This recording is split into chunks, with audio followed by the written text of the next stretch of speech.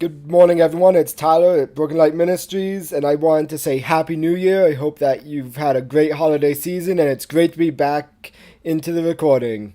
I hope that we're going to learn a lot today, and I'm so excited to start this new year. We're going to be starting off with a series about the attributes of God, and I figured why not start off with the attribute that God Himself has given us in His own name.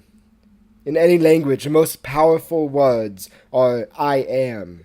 Psychologists know this and will use this to help their clients by having them say aloud things like I am loved, I am special, I am important, I am needed, and many more like this.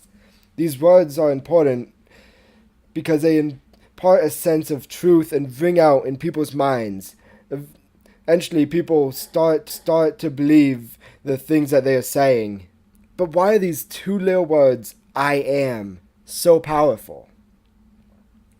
This world is constantly changing, and it never has a completely constant thing in it.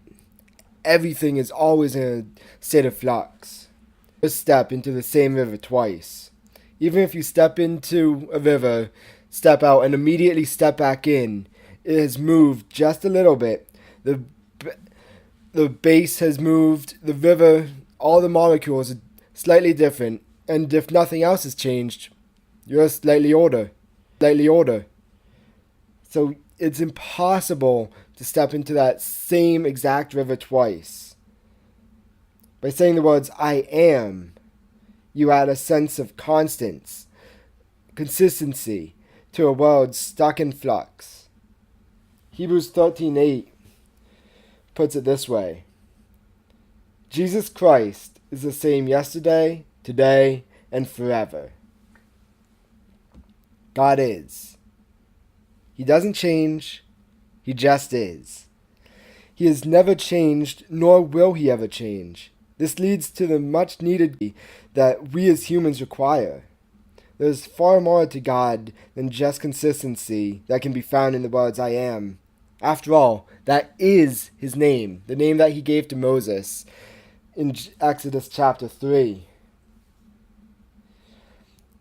This is where God came to Moses in the burning bush, and Moses asked Him His name. Let's just listen to this conversation roll out. Now Moses was keeping the flock of his father-in-law Jethro, the priest of Midian. And he led his flock to the west side of the wilderness, and came to Horeb, the mountain of God. And the angel of the Lord appeared to him in a flame of fire out of the midst of a bush. He looked, and behold, the bush was burning, yet it was not consumed. And Moses said, I will turn aside to see this great sight, why the bush is not burned. When the Lord saw that he turned aside to see, God called to him out of the bush, Moses, Moses. And he said, Here I am. Then he said, Do not come near. Take your sandals off your feet, for the place on which you are standing is holy ground. And he said, I am the God of your father, the God of Abraham, the God of Isaac, and the God of Jacob. And Moses hid his face, for he was afraid to look at God. I think I'd be kind of afraid too. And it's not actually burning up. And then you hear a voice saying, I am God. I think I'd be pretty terrified. That would be enough to convince me. But keeps going.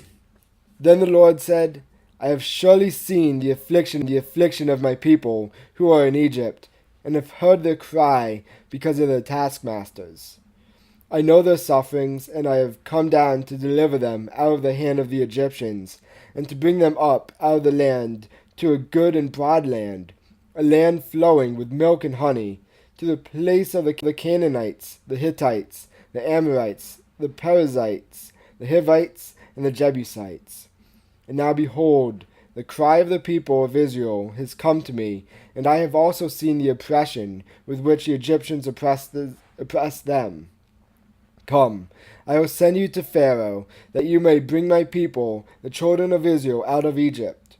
But Moses said to God, Who am I, that I should go to Pharaoh and bring the children of Israel out of Egypt?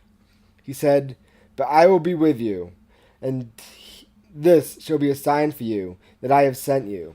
When you shall serve God on this mountain. Then Moses said to God, If I come to the people of Israel and say to them, The God of your fathers has sent me to you, and they ask me, What is his name?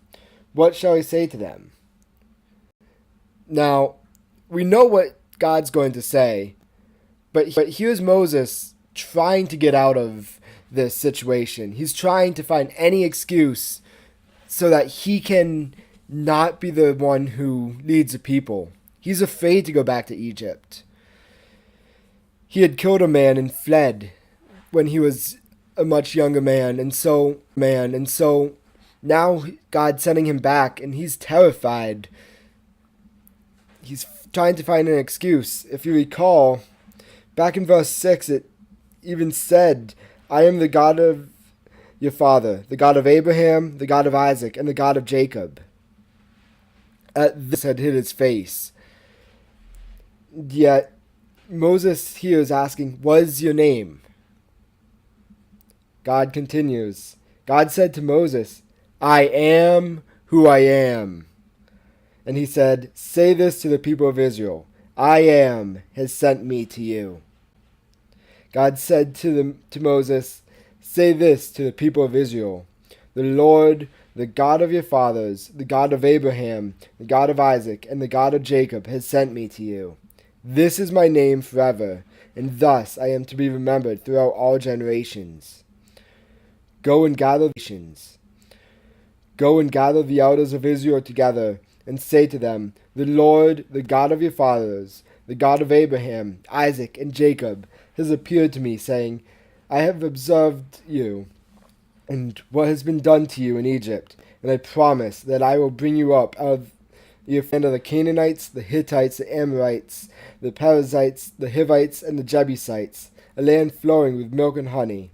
And they will listen to your voice, and you and the elders of Israel will go to the king of Egypt and say to him, The Lord, the God of the Hebrews, has met with us, and now please let us go a 3 days' journey into the wilderness, that we may sacrifice to the Lord our God. In that section, we just see God saying that his name is I Am, or Yahweh. YHWH in English. This name is seen throughout the scriptures. In our English translations, it's typically translated Lord with all capital letters.